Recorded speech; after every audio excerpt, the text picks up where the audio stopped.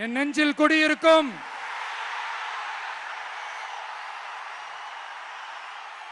கொங்கு மண்டல தங்கங்களே, திருப்பூர் பகுதி மக்களே, உங்கள் அனைவருக்கும் என்னுடைய வணக்கம். டே ஆஃப்டர் டுமாரோ 16th அன்னைக்கு நம்மளுடைய தேர்தல் வாக்குறுதிகளை ஒரு புக்கா வெளியிடுறோம். அதுக்கு முன்னாடி இங்க சில பாயிண்ட்ஸை மட்டும் உங்களுக்கு படிச்சுட்டு போயிடுறேன். அதை மட்டும் கொஞ்சம் கவனமா கேளுங்க ப்ளீஸ் நண்பர்களே. Okay, all well there? All well? பேசலாமா? கொஞ்சம் அமைதியா இருங்க ப்ளீஸ். நெசவாளர்கள், சிறு குறு நடுத்தர தொழில்கள் மற்றும் விவசாயிகள் மற்றும் காவல்துறையினர் சம்பந்தமான நம்மளோட அஜெண்டா சிலதை உங்ககிட்ட நான் படிக்கிறேன். ஒன்று, நெசவாளர்களின் தயாரிப்புகளை நேரடியாக சர்வதேச சந்தைகளில் விற்பனை செய்வதற்காக அரசுக்கு சொந்தமான ஒரு உலகளாவிய இ-காமர்ஸ் பிராண்ட் உருவாக்கப்படும்.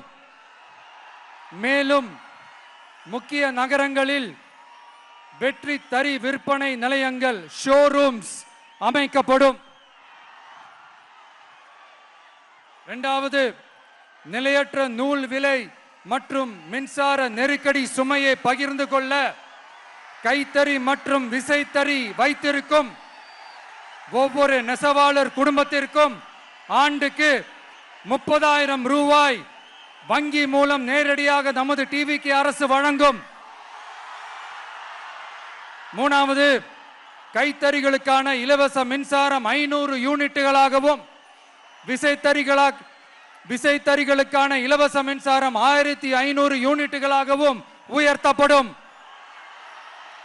அடுத்தது, நெசவாளர்களின் உற்பத்தி செலவுகளை குறைப்பதற்காக அவர்கள் வழங்கும் நூல், சாயங்கள் மற்றும் ரசாயனங்களுக்கு நமது டிவிக்கு அரசால் 50% மானியம் வழங்கப்படும். அடுத்தது, நமது டிவிக்கு அரசில் அனைத்து நெசவாளர்களுக்கும் ரூபாய் 10 லட்சம் ஆயுள் காப்பீடு வழங்கப்படும். மேலும் நெசவாளர்களின் முதியோர் ஓய்வூதியம் மாதம் 3000 ரூபாயாக உயர்த்தப்படும். குறு சிறு மற்றும் நடுத்தர தொழில்களின் வளர்ச்சி, லட்சக்கணக்கான வேலை வாய்ப்புகளை உருவாக்குற துறையில ஒண்ணுதான் இந்த MSMEs. இந்தியாவிலேயே அதிகமான MSMEs இருக்கிற மாநிலங்கள்ல நம்ம தமிழ்நாடும் ஒண்ணு. ஆனா இப்படிப்பட்ட இந்த பெருமைக்கு இன்னும் மிக பெருமை சேர்த்தது யார் தெரியுமா? இந்தியாவிலேயே அதிகமான MSME நிறுவனங்கள் மூடப்பட்டதுல தமிழ்நாடு தான் 2வது மாநிலம். இந்த பெருமையை உண்டாக்குனது தான் திமுக ஆட்சியோட மிகப்பெரிய சாதனை. இப்போ இந்த குறு சிறு மற்றும் நடுத்தர தொழில்களோட வளர்ச்சிக்காக நம்ம டிவிக்கு அரசு என்னெல்லாம் செய்யும்னு கொஞ்சம் பார்க்கலாம். முதல்ல, நெருக்கடியில் உள்ள குறு சிறு மற்றும் நடுத்தர நிறுவனங்களுக்கு உதவுவதற்காக ரூபாய் 15,000 கோடி ஸ்டேட் கிரெடிட் கேரண்டி ஃபண்ட் உருவாக்கப்படும். இரண்டாவது, குறு சிறு மற்றும் நடுத்தர நிறுவனங்கள் மூடப்படுவதற்கான மிகப்பெரிய காரணங்களில் ஒன்று 400% மேல உயர்ந்துள்ள பீக் ஹவர்ஸ் மின் கட்டணம். இது குறிப்பாக ஜவுளி துறையில் உள்ள குறு சிறு மற்றும் நடுத்தர நிறுவனங்களை பாதித்துள்ளது. டிவிகே குறு சிறு மற்றும் நடுத்தர நிறுவனங்களுக்கான MSMEs இந்த பீக் ஹவர்ஸ் மின் கட்டணத்தை நமது டிவிகே அரசு நிறுத்தி வைக்கும். அடுத்தது, விரிவான ஆய்வுக்கு பிறகே மின் கட்டணத்தை முறைப்படுத்தும். மேலும் குறு சிறு மற்றும் நடுத்தர நிறுவனங்கள் அடுத்து வரும் 5 ஆண்டுகளுக்கு 100% மின்சார வரி விலக்கை பெறும். அடுத்தது, குறு சிறு மற்றும் நடுத்தர நிறுவனங்கள் உலகளவில் போட்டி போடுவதை உறுதி செய்வதற்காக அவற்றை நவீனமயமாக்க ஒரு யூனிட்டுக்கு ரூபாய் 50 லட்சம் வரை என்ற அளவில் 35% நேரடி மூலதன மானியத்தை நமது டிவிகே அரசு வழங்கும்.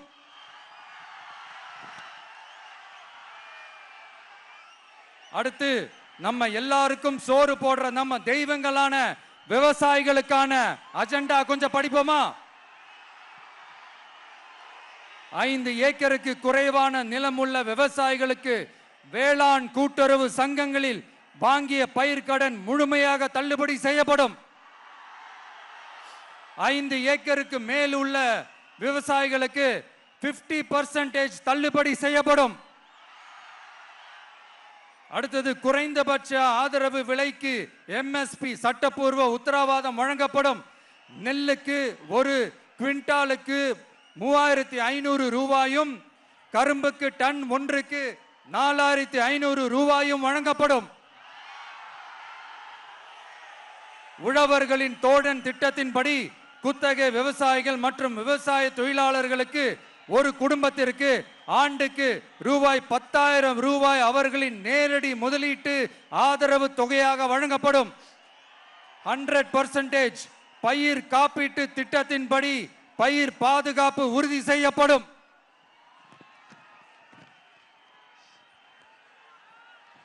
கடைசியாக நமது அரசு ஊழியர்கள் நலன்.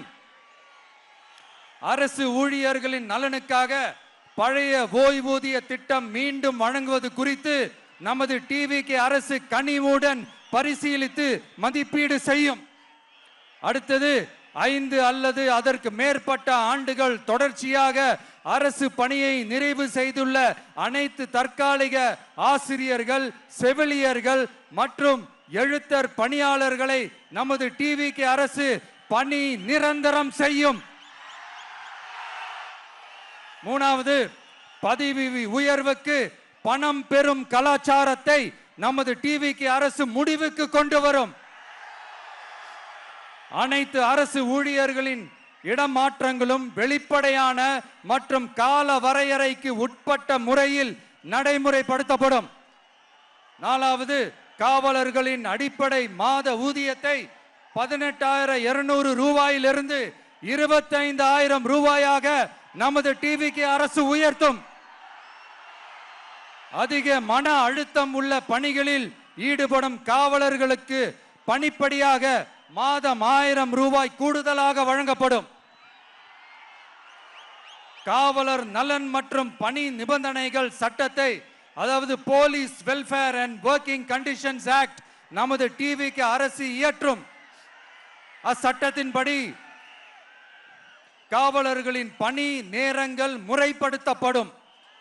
அதிக பணி சுமை கொண்ட காவலர்களுக்கு வாரத்திற்கு ஒரு சுழற்சி முறை விடுமுறையை உறுதி செய்யப்படும். சலவைப்படியை, அதாவது வாஷிங் அலவன்ஸ் 500 ரூபாயிலிருந்து 1000 ரூபாயாக உயர்த்தப்படும். மேலும் மதுரை, கோயம்புத்தூர், திருச்சி, திருநெல்வேலி, சேலம் மற்றும் வேலூர் ஆகிய இடங்களில் காவலர் நல மருத்துவமனைகள் நமது டிவிகே அரசு நிறுவும். கடைசியாக பெண் காவல்துறை அதிகாரிகள் பாதுகாப்பு நெறிமுறை அல்லது பாதுகாப்பு பணிகளுக்கு பணியமர்த்தப்பட மாட்டார்கள்.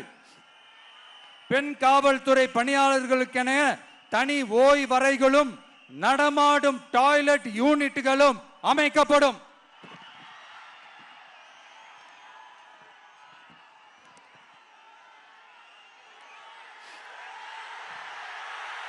நீங்க எல்லாரும் இந்த விஜய 100% நம்பலாம். நான் உங்களுக்காக மட்டும்தான் வந்திருக்கிறேன். உங்களுக்காக நன்றி கடன் செலுத்துறதுக்காக மட்டும்தான் வந்திருக்கிறேன். போய் வாக்குறுதிகள் கொடுத்து நான் உங்களை ஏமாத்த மாட்டேன்.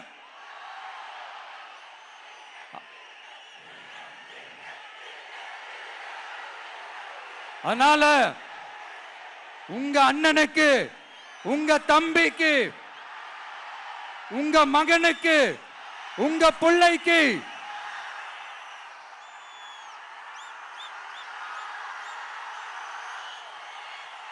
ஒரே ஒரு வாய்ப்பு கொடுங்க. தயவு செஞ்சு விசில் சின்னத்துக்கு ஓட்டு போடுங்க. இது ஒரு விசில் புரட்சி தேர்தலா இருக்கணும். கான்பிடென்டா இருங்க. நல்லதே நடக்கும். வெற்றி நிச்சயம், வெற்றி நிச்சயம், வெற்றி நிச்சயம்.